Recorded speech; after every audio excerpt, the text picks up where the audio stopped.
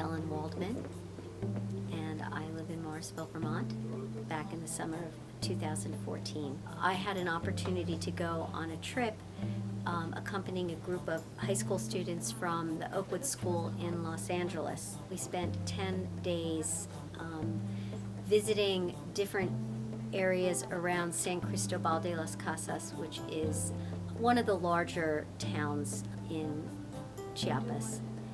And the trip was started about 15 years ago by a teacher who had made a connection through a former student of his. This woman who was down there greatly, admired their work and was working with the women. She just felt that there should be a market for their work in the United States and that she wanted to help facilitate that.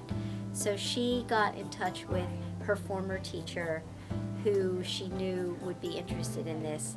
And the first delegation went down there in about 2000. And it really was just 3 or 4 people who went down to meet some of the women and to talk about how they might be able to help bring some of the work back to the United States.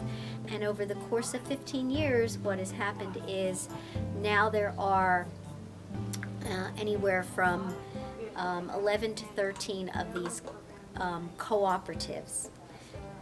They form the Mujeres de Maíz and Resistencia. And now they have there's a coordinator. They now have this small house that has a few bedrooms that have like bunk beds and such in them. They've gotten close, and it's just it's a beautiful, it's like a sisterhood.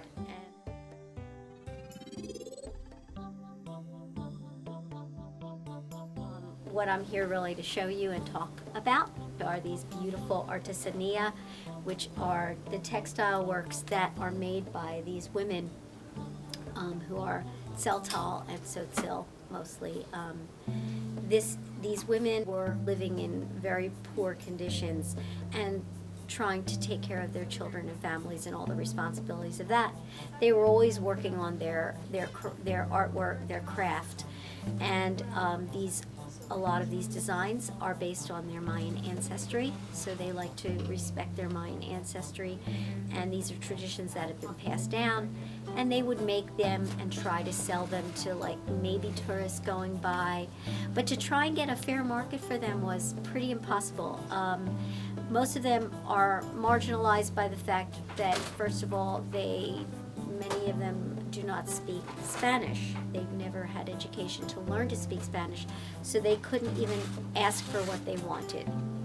They are women. They were marginalized in that way as well, and they were working on their own.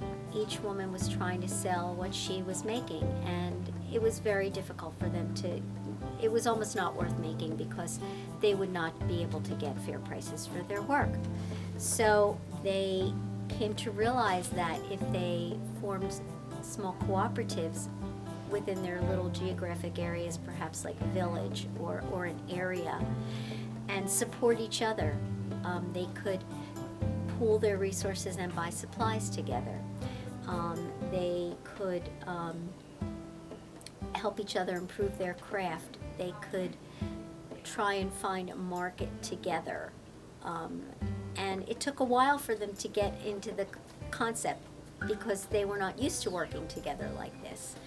And so the first cooperative was set up in '97, the Mujeres de Maíz and Resistencia. It is a collective of co-ops that were started by the women who are mostly Tzeltal and Tzotzil indigenous peoples.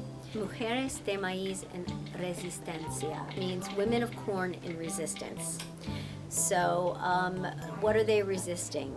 They are resisting marginalization, they are resisting abuse, they're resisting assimilation, they're resisting poverty. And they are the women of corn because corn is it is a staple in their diet, and they're very they live every day is their relationship a lot is with corn, because besides growing it, everyone has their own little plot of corn, no matter what size it is. That is why they name themselves Women of Corn, and in Resistance. They're really. I was fortunate to be able to spend 3 days at the house with the students. We came back and forth every day, and it's called the encuentro. So it's an encounter. It's a cultural encounter. It's a sharing of ideas. There are various activities to help us get acquainted with each other. And by the end of 3 days, everyone is like hugging and kissing and crying because, you know, we're going to miss each other so much. It's a real bond, and everyone just comes out so much better, you know, more enriched. I went, and it really did change my life. It really did. I was very lucky to be able to go, and I hope to go back someday as well.